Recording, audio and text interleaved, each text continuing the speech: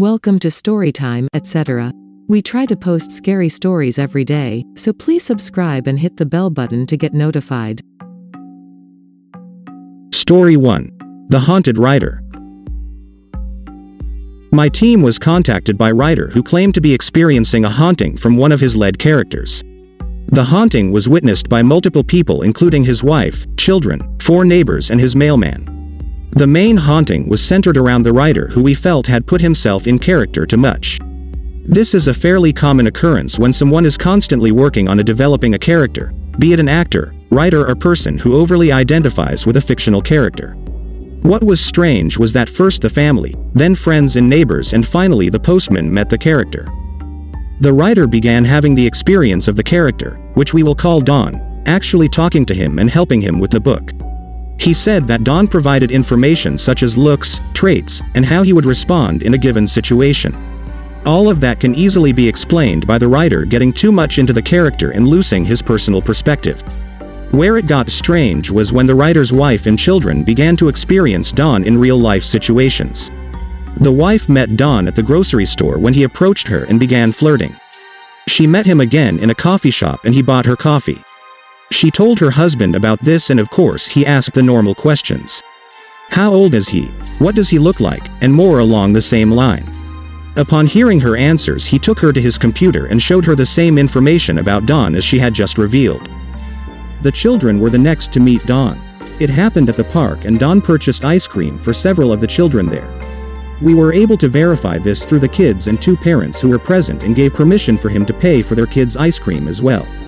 One of the parents had an extended conversation with him about current events. The neighbors asked the writer how long Don would be visiting out of the blue. Evidently, Don had met them out in their yard and accepted when they invited him over for coffee. He had introduced himself as an old friend of the writer's from college. While having coffee, he had even shared anecdotes from their college days, including what a player the writer was and what a nice car that he had. The information turned out to be accurate and was somewhat embarrassing to the writer. Finally, the mailman mentioned to the writer's wife that Don had offered him a cold bottle of water the previous day when he delivered their mail. With all of this adding up, the writer called us to investigate. As stated, we were able to verify all of this through first-person interviews. We conducted a complete investigation with no results. We performed a second investigation in the home with the writer present and did get some rather strange results. We all heard Don call the writer from the computer room while we were all in the living room. We got anomalous readings on the Mel meter as well as fluctuations in temperature. At one point we all smelled clove cigarettes which Don smoked in the book. Nothing was conclusive though as to what exactly the phenomenon was that we were dealing with. It continued for 7 months after we were notified, during which time we conducted 3 more investigations and interviewed everyone who reportedly had an experience with Don. All phenomenon came to an abrupt halt when the writer, out of sheer desperation, killed off Don in the book. There have been no more experiences or signs of Don since. Story 2. Paranormal.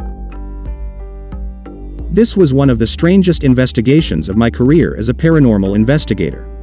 I was contacted by a middle-aged couple regarding problems with a car overriding the operator's driving commands. The car was recently given to their son by the parents of a deceased teen. The deceased person was actually their son's best friend who was killed in a vehicle accident when the two had exchanged cars for the night.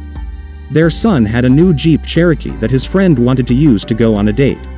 While on said date, the friend was involved in an accident with a drunk driver and perished. The deceased boy's parents signed over the title of his Toyota pickup both as a general gift and to replace his vehicle that was totaled in the wreck. I investigated the car with the help of a Toyota mechanic. He checked all systems including the computer, braking, engine, and all sensors. Nothing was found. I drove the truck for 2 days on my normal daily routine with my DVR, EMF meter, camcorder, and dash cam running. No evidence collected. I returned the vehicle with my findings that I did not believe the vehicle was haunted. 6 weeks later I was again contacted by the couple. The father was using the truck when suddenly the vehicle made an abrupt right turn, locked up the brakes and went into a ditch. At the same time, a car driven by a drunk entered the road from a side street without stopping and proceeded to slam into a tree. All of this was witnessed by a sheriff who just happened to be near by running radar. The drunk driver sustained minor injuries and the father was unhurt. I was provided with the sheriff's number and asked to call him. When I called and told him what I was calling in reference to, he was happy to share not only a reading of the report that he filed, but information he said that could not include in the report also.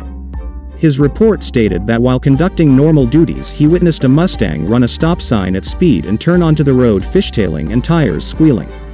Almost immediately it left the road and slammed head-on into a tree at approximately 45 miles per hour. He checked the accident victim and found him unconscious and with minor trauma to the forehead. There was an open bottle of vodka spilling on the passenger seat. The sheriff's statement not included in the report. I was parked facing an oncoming pickup truck when I witnessed it lock up its brakes and make a sharp right turn into the ditch. My initial thought was that it was stolen and the driver panicked when he saw me.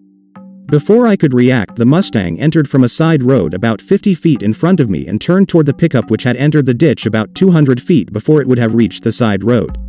The driver of the pickup could not have seen the Mustang's approach due to trees and brush obscuring his line of sight. If he had not turned into that ditch, there would have been an unavoidable impact between the two vehicles. How he knew to react the way that he did is beyond me. The driver's statement to me was that he did not perform the action, the truck did it by itself. Story 3. Ghost Dog Playing. I live in a very rural area in southeast Georgia. I have 2 dogs who are friendly and love to play. One clear sunny day I had the dogs out in the yard when a strange dog showed up. It was running all around the yard with my dogs chasing it. They all 3 seemed to really be enjoying their game of chase, and it lasted for about 15 minutes. The strange dog finally ran full speed into the side of my home and disappeared into it.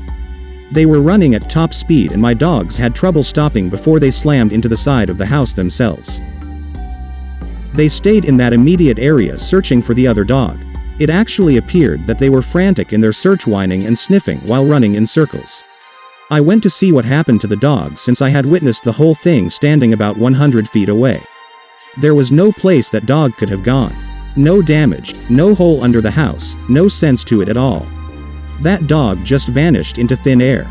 I had never seen that dog before and have not seen it since.